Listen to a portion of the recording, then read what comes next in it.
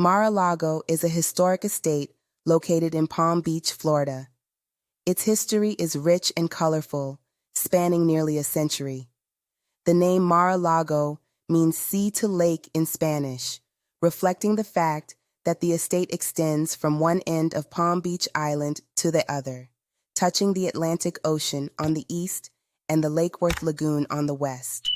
It spans 126 rooms and 62,500 square feet, 5,810 square meters, built on 17 acres, 7 hectares of land.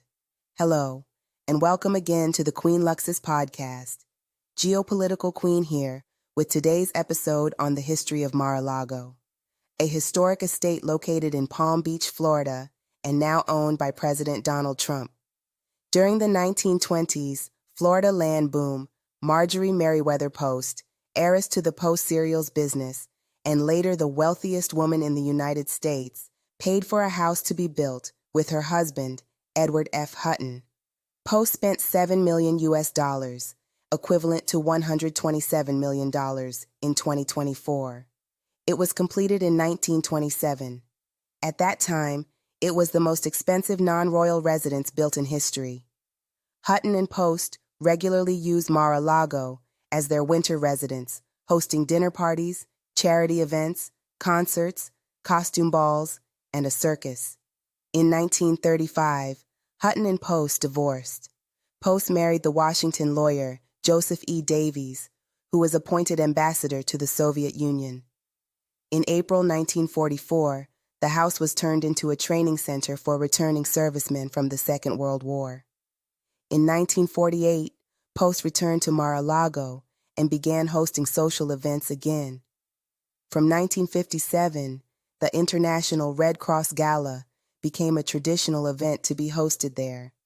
By the 1950s and 1960s, social tastes had changed, and many mansions constructed in the 1920s were demolished.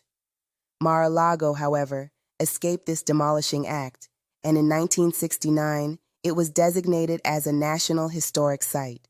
Post died in 1973 and willed the 17-acre, 6.9 hectares estate to the United States government, hoping it could be used for state visits or as a winter White House for presidents and visiting foreign dignitaries. Richard Nixon preferred the Florida White House in Key Biscayne, and Jimmy Carter was not interested. The federal government, soon realizing the immense cost of maintenance and the difficulty of providing security, returned the property to the Post Foundation in 1981. It was listed for sale for $20 million. Post's daughters, including Dina Merrill, did not maintain the property anticipating a sale, but there was so little interest that its demolition was approved. In 1985, Donald Trump, primarily a businessman and real estate investor at the time, showed interest in acquiring Mar-a-Lago. Trump initially offered the Post family $15 million, which was rejected.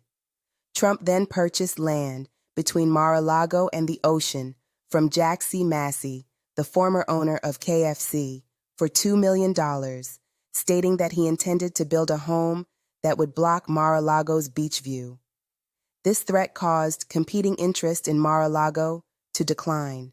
Trump finally negotiated and purchased the property for $7 million from a minimum acceptable bid of $20 million and interior furnishings appraised at $8 million.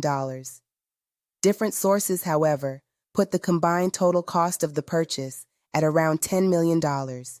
Renovated by Trump, Mar-a-Lago was converted into the Mar-a-Lago Club, although remaining largely true to its original style. In 1994, it became a members-only club with guest rooms, a spa, and other hotel-style amenities. The club has 5 clay tennis courts and a waterfront pool. Trump's wife at the time, Ivana Trump, managed the property.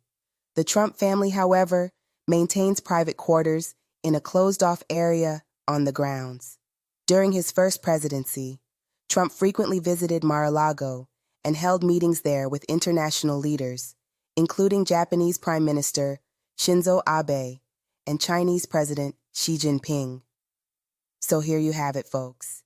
If you enjoyed listening to the history of Mar-a-Lago, a historic estate located in Palm Beach, before it became the home of Donald Trump, then kindly leave your comments in the comments section below. And thanks for tuning in. I will be back with the next broadcast. Good day.